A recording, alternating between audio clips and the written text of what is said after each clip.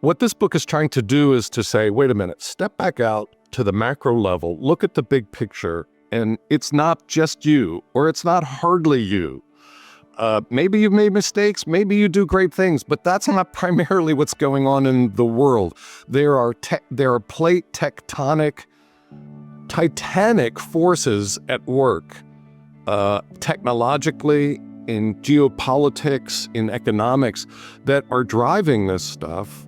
And people on the ground in congregation, religious workers, are trying to make sense of it. But as you say, oftentimes it's invisible. It requires sort of going to a whole nother elevation of perspective to see it. And so my own view as a sociologist is that's my contribution to the world, is helping people see contexts, bigger pictures that are normally, if you don't spend years trying to figure it out, are normally very hard to see.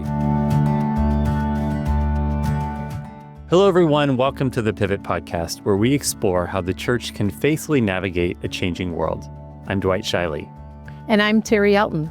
And today we are thrilled to welcome Dr. Christian Smith, the William R. Keenan Jr. Professor of Sociology and the Director of the Center for the Study of Religion and Society at the University of Notre Dame. Dr. Smith is one of the most astute observers of American religion and culture. And he's just published a compelling new book titled Why Religion Went Obsolete: The Demise of Traditional Faith in America. This conversation couldn't be more relevant for our listeners who are navigating ministry in today's rapidly changing landscape. Many church leaders are struggling with declining attendance and engagement, wondering if they just need to fix their programs or find the right strategies to bring people back. But Dr. Smith's research suggests something much deeper is happening. Not just a decline in religious participation, but a fundamental shift in how religion functions in American culture. We think this conversation is so important that we're going to take 2 episodes to explore these themes with him. So, Chris, welcome to the Pivot Podcast. Thanks for having me on. Look forward to our conversation. So, in your new book, you use the term obsolete rather than just declining, which is often what we hear used to describe traditional religion in America. Could you just start by explaining the difference and why that distinction actually matters?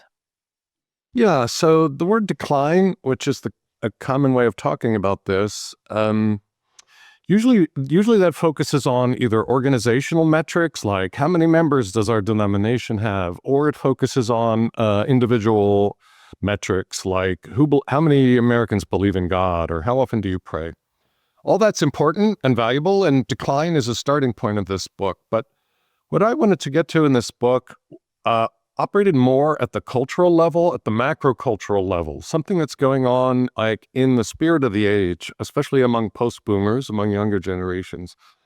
And decline doesn't quite capture that. I think when I was working on this, the language of obsolescence is what struck me as what's really going on. I think that captures better the cultural feel. The word I use is zeitgeist, actually. The spirit of the era, the vibe of how religion doesn't fit into sort of what's going on in the mainstream culture. And so, yeah, in order to capture that sense, that feel, and to refocus away from organizations and individual features on what's going on in the culture around religion, not just to and within religion. So say more about that word obsolescence, or what does it mean for something to be obsolete in this sense? Yeah. So obsolete conveys the sense of something that was once used, something that was once significant or relevant, and then superseded or passed by other developments. Sometimes usually obsolescence refers to products or technologies. And one of the reasons I chose this idea of obsolescence is I specifically wanted to capture these dimensions, that when something goes obsolete, it doesn't mean it's extinct. It doesn't mean nobody uses it or nobody does it.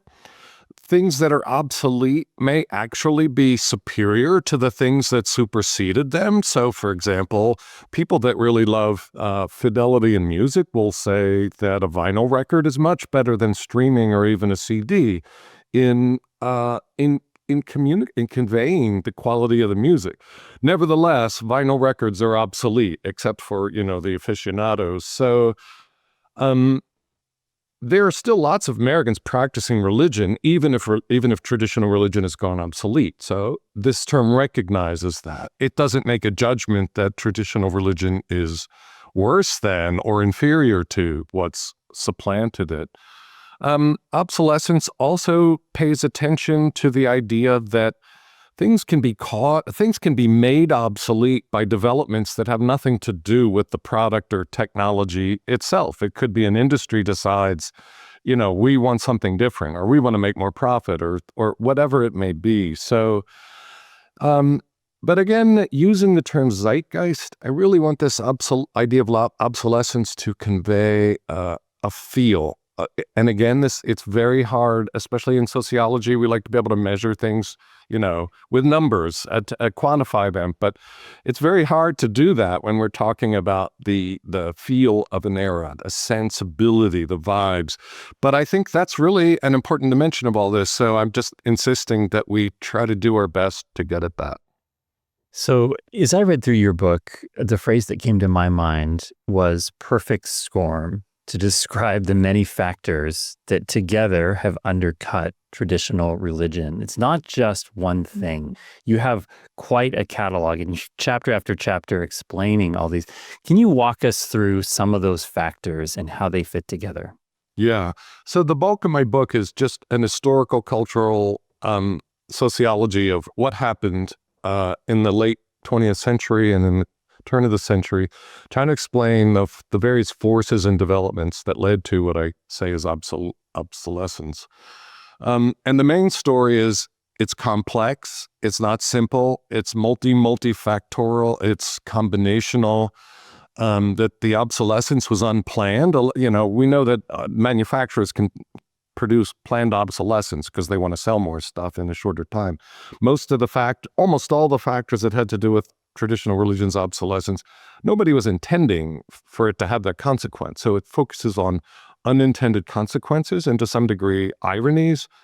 So here, we go back to get into a few specifics. I can't cover them all, but we go back to, there's a long-term weakening within the religious sphere itself, mainline Protestant decline, which is a very old story, the transformations in American Catholicism, the rise of evangelicalism is sort of ironically, the mainstream religion, but whole series of factors, one of which, just for example, is long-term transformations in the demographics of marriage and family. This is what sociologists call the deinstitutionalization of the family. So we're talking about long-term changes in delay of first marriage, a delay of childbirth, voluntary childlessness, divorce, rise of cohabitation, rise of people, especially young people living in households that are not related by marriage or blood, as roommates. American religion is very closely tied to the traditional nuclear family, to heterosexual parents with children and maybe grandparents hanging around. As that changes, as there are fewer and fewer Americans living in that way of life, just that factor alone, we would expect to have huge consequences for if congregations and their cultures don't somehow adjust to different family forms. We should expect that to have huge negative consequences for religion's sort of relevance or feel of appeal. And again, that has nothing to do with doctrine. It has nothing to do with ideology. It's just, if you're divorced, if you're cohabiting, you walk into a church, it's just not going to vibe with you the same way it would vibe with, two parents with toddlers. So that's just one factor. Women entering the workforce in the 70s, especially, the decline in participation in face-to-face memberships. It's not just religion. Americans have been less and less, for many decades, less likely to get involved in any face-to-face membership organization. COVID only accelerated that.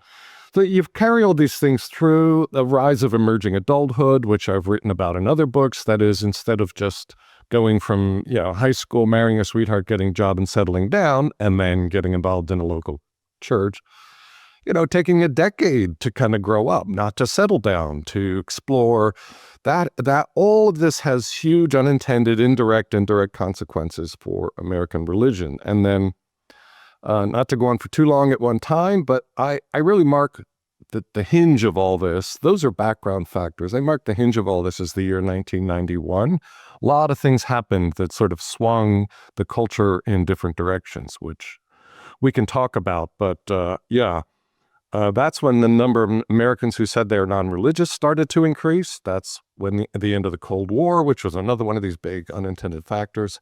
So again, that's just a little bit of the sort of my historical story of what brought obsolescence about.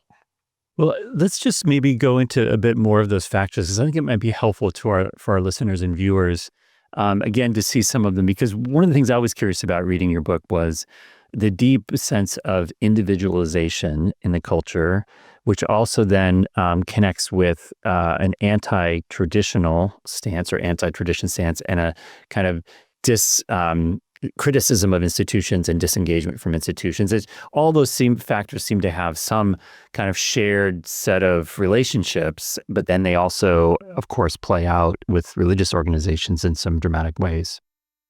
Yeah, so running in the background or sort of hidden threads tying a lot of this together is what you just said, is a sort of growing individualism. Of course, individualism is as American as apple pie, and it's been around a long time, but it's an intensification, like a real intensification of it, partly combined with a growing distrust of all institutions.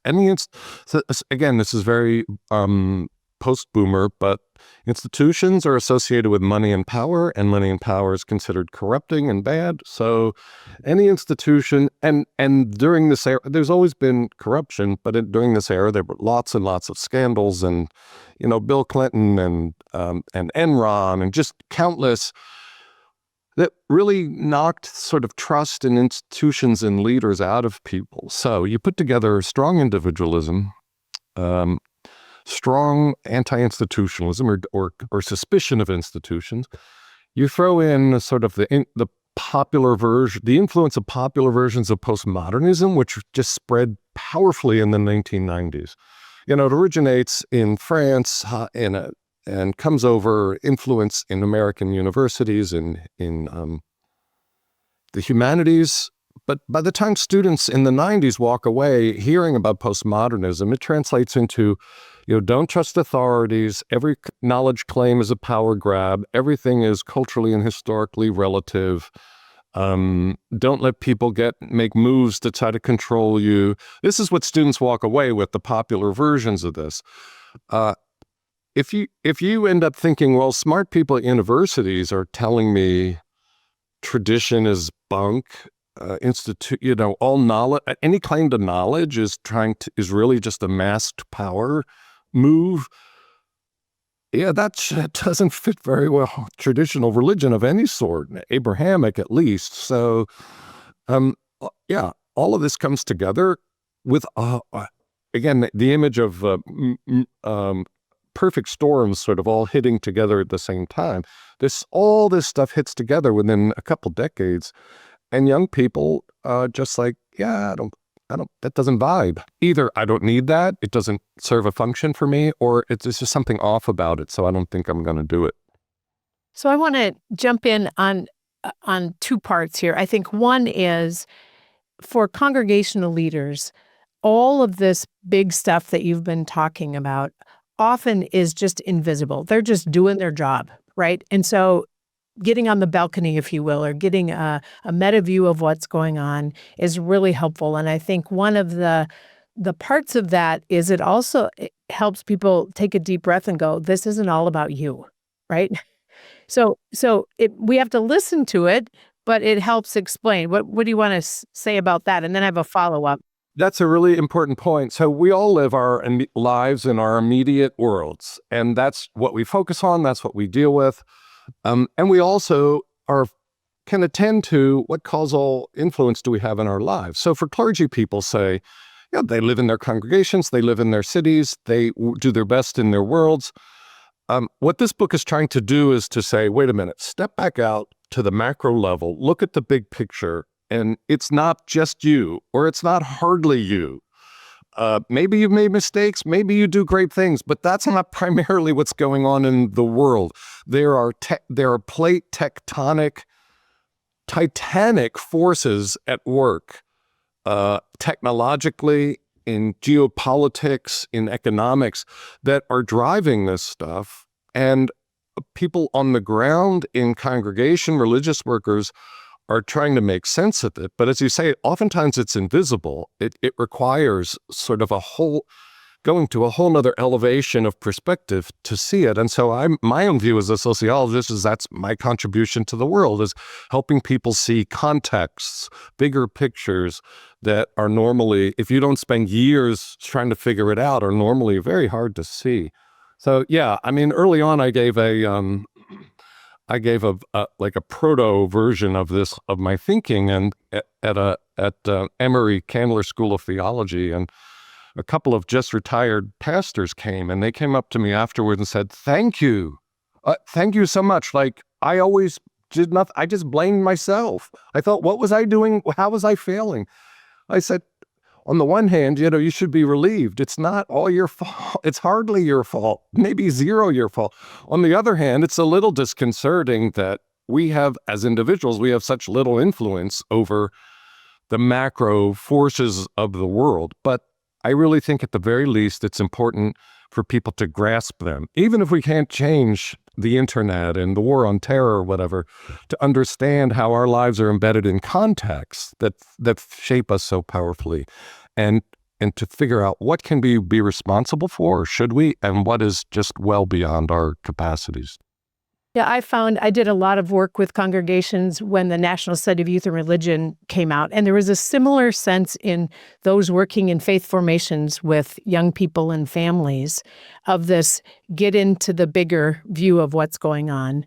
But then comes the second question, which is the second part for me is, and so now what? Because there is a sense it's not your fault, but I would like you to talk, how have religious organizations often contributed to this, right? You've said a little bit about the way we're wired, our DNA, so they don't align, but say more about the congregational practices or religious organizations that we need to be aware of in our own DNA or in our own practices.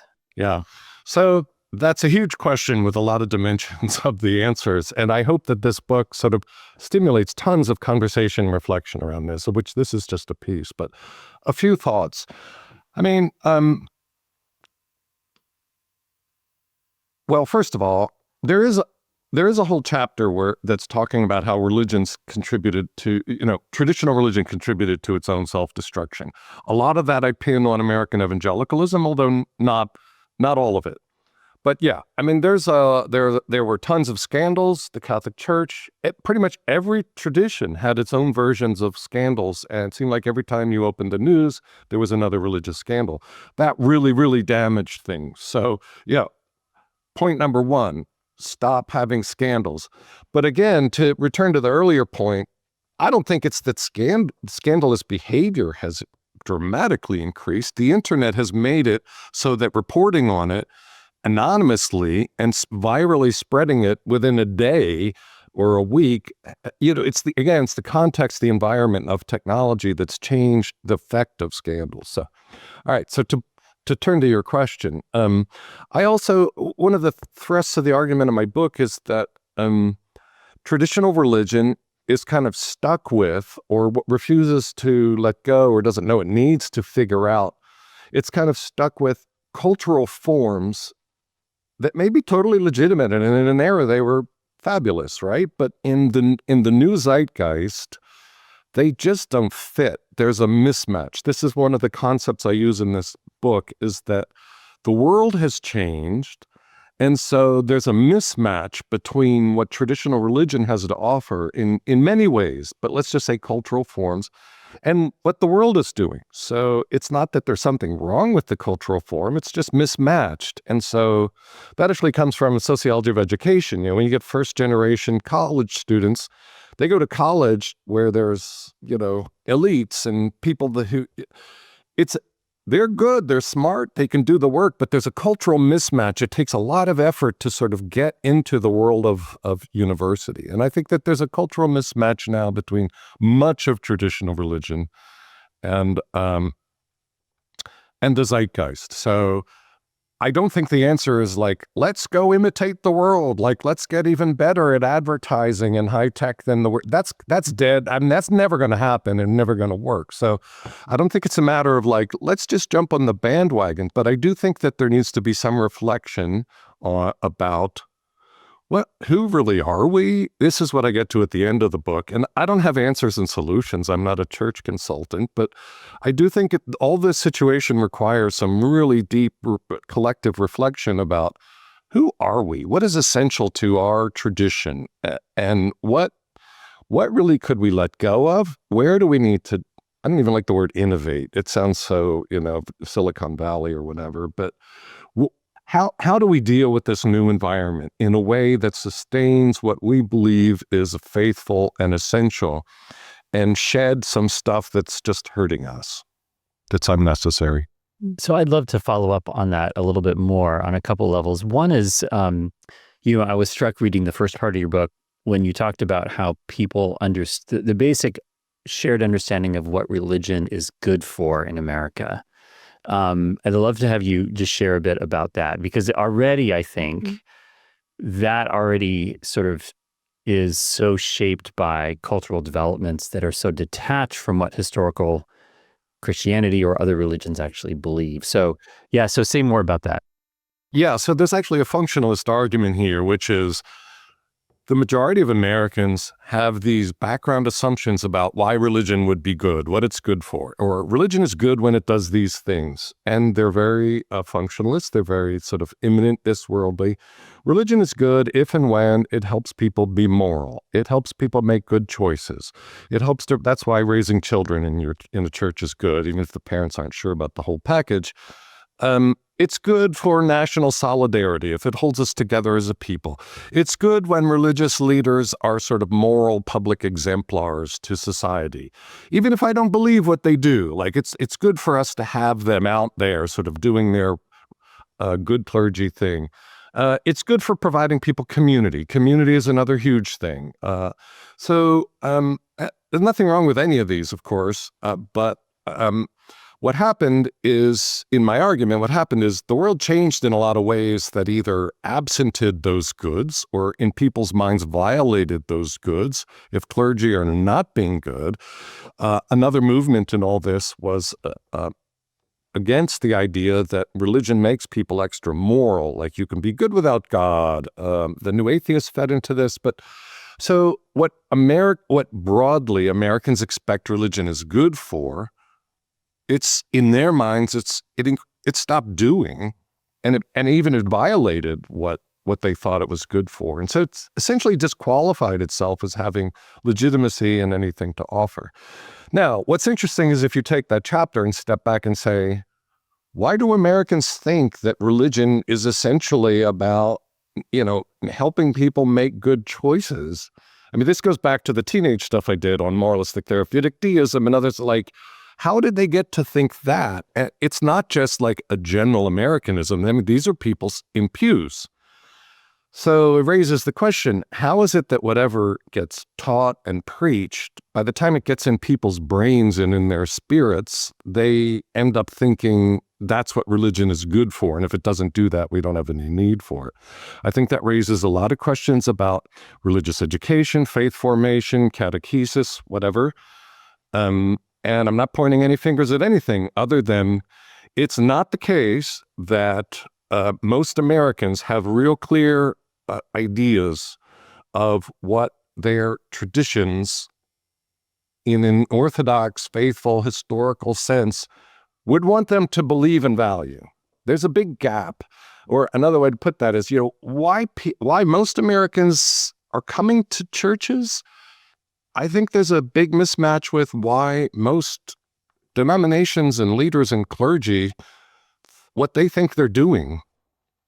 Yeah, well, so I found that so interesting in I think two sides. One is the sort of mainline liberal Protestant side, which really did the theological work going back, generations and centuries to set up this kind of highly moralistic, immanent understanding of faith. What Nancy Ammerman talks about as sort of ethical spirituality or golden rule Christianity. And so that certainly, so the mainline kind of played into this in the broader culture. But then the other side to that is evangelical stress on a personal relationship with God, which very much plays into individualism. And I'm the own source of authority. I'm going to make it up myself as I go, those kinds of things. Yeah, one of the ironies in this book that I'm not sure really evangelicals are going to get it, but evangelicals love to think of themselves as the embattled outsiders, when in fact, I think at a certain point they became, maybe the 80s, became functionally, essentially mainstream American religion, like the representative of. So if you're a more nuanced mainline Protestant, it's too bad. Like the evangelicals are defining the agenda. So yeah, so the very specific thing you refer to, evangelicals, have this language of you need to have a personal relationship with God. It's not just enough to go to church. It's not just enough to believe in God. You need a vibrant personal relationship. Okay, and that was a way to try to evangelize people, to try to encourage deeper discipleship, etc.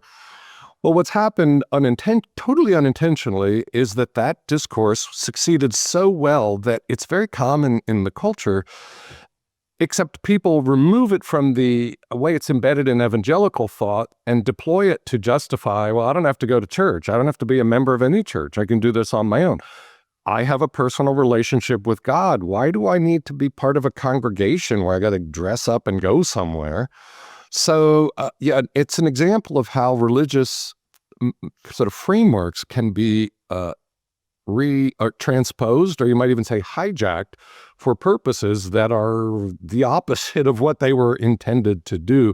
And then they get out of your control. You can't, and then it's very hard to tell people, you have a personal relationship with God, but you still need to believe in the God of the Bible and not whatever you make up, and you need to be part of a congregation.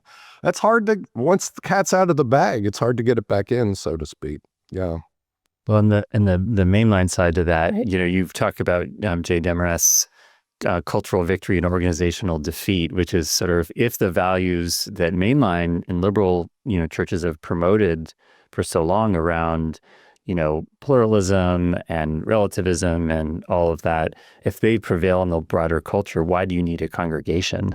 Yeah. This is an argument I pick up from a past sociologist from the University of Massachusetts, Jay Demarest, and he basically argued that mainline Protestantism lost organization at the organizational level because it won at the cultural level. Like its emphasis on openness and inclusivity and reason and humanism and like that won. Like everybody's a mainline Protestant in some way. And so if everyone becomes a mainline Protestant, why do we need the PCUSA? Why do we need these denominations singing hymns from the 19th and 18th century?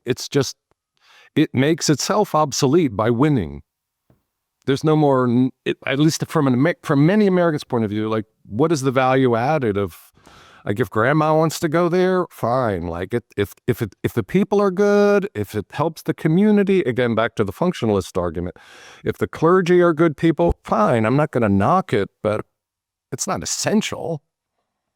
Yeah. And this moralizing of religion, which I've written about elsewhere, and it comes up against here. Religion is essentially making people good and nice, not ultimate truth. What is any metaphysical claims, eternal destiny, anything like that. It's just be a nice person. If that's what it gets boiled down to, in the book I argued, that has some of its lineage in a certain version of liberal European, originally Protestantism, German Protestantism, that just says we can demythologize all this. Really what Jesus came here to teach was, the kingdom of God, which is a nice version of humanism, et cetera, et cetera. Well, those things have long-term effects. And then by the time somebody comes of age as a millennial in 2012 or whatever, that traditional religion doesn't seem at all necessary. Something you'd think about or be in the business of caring about. So there are some indicators of a resurgence of engagement with traditional faith among Gen Z, as well as some flattening out of the decline in some of the latest Pew surveys around religious affiliation. How would you respond to someone that says, you've pronounced this demise of religion in America prematurely? Yeah, so on the one hand, there's an on the one hand and on the other. On the one hand, I'm talking about history. I'm talking about an era. I'm talking about a zeitgeist. And as we know, every zeitgeist passes into something else. So I don't know what's going to happen in the future. I don't know. So that's on the one hand. On the other hand, I think that some of what you cite is a little premature to be enthusiastic about. As follows. The Pew study is interesting. I think Pew data are great. I rely on them. I know people there. I trust what they find. But on first, this idea of flattening, that maybe the rise of not religious is evening off. First, we need more data. Like, we just need more time to see if that's really true or if that's just a blip on the curve.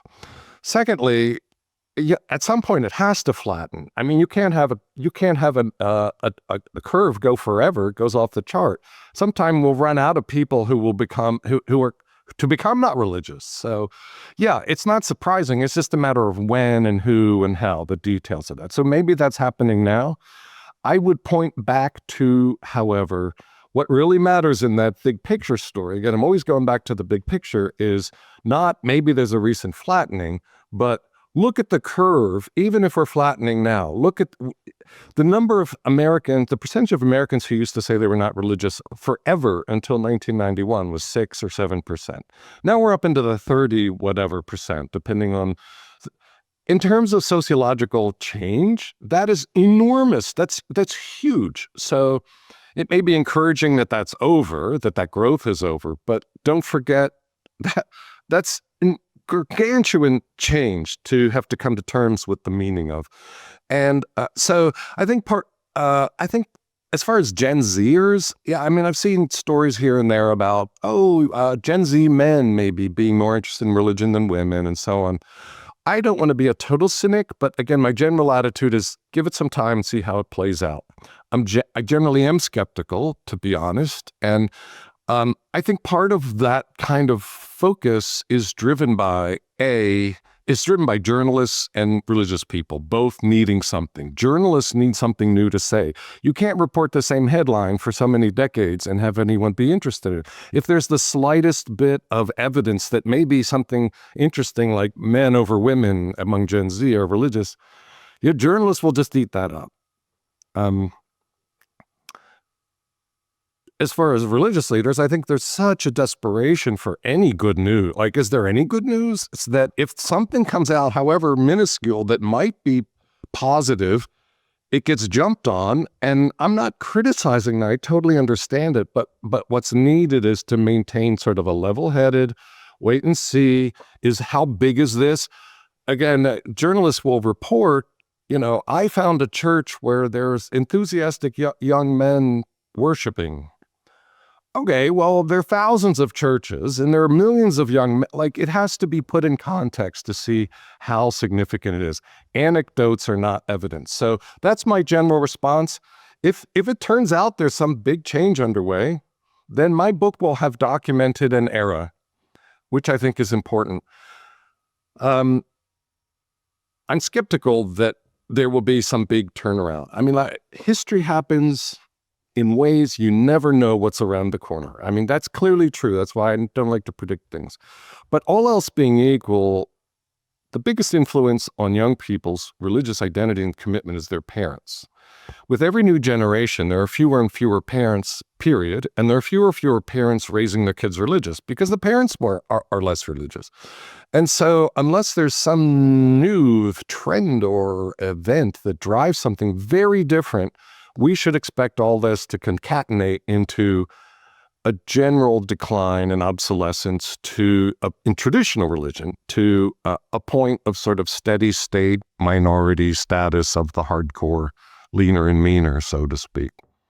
I just want to say thank you on behalf of Dwight and I, but also all of our listeners, for this enlightening conversation, two-part conversation about the research and this book. I think it will have critical insights for us to sit with as church leaders as we try and navigate these times and await history as it unfolds, as you've said. And to our audience, thank you for joining us on this episode of Pivot. As always, we'd love for you to help spread the word about Pivot by liking and subscribing or sharing it with a friend. And as you know, the best way you can help us is to give us feedback. So if you can help spread the word by sharing it or leave us a review, that would be great. And so this is Terry Elton and Dwight Shiley signing off from another episode of the Pivot Podcast. The Pivot Podcast is a production of Luther Seminary.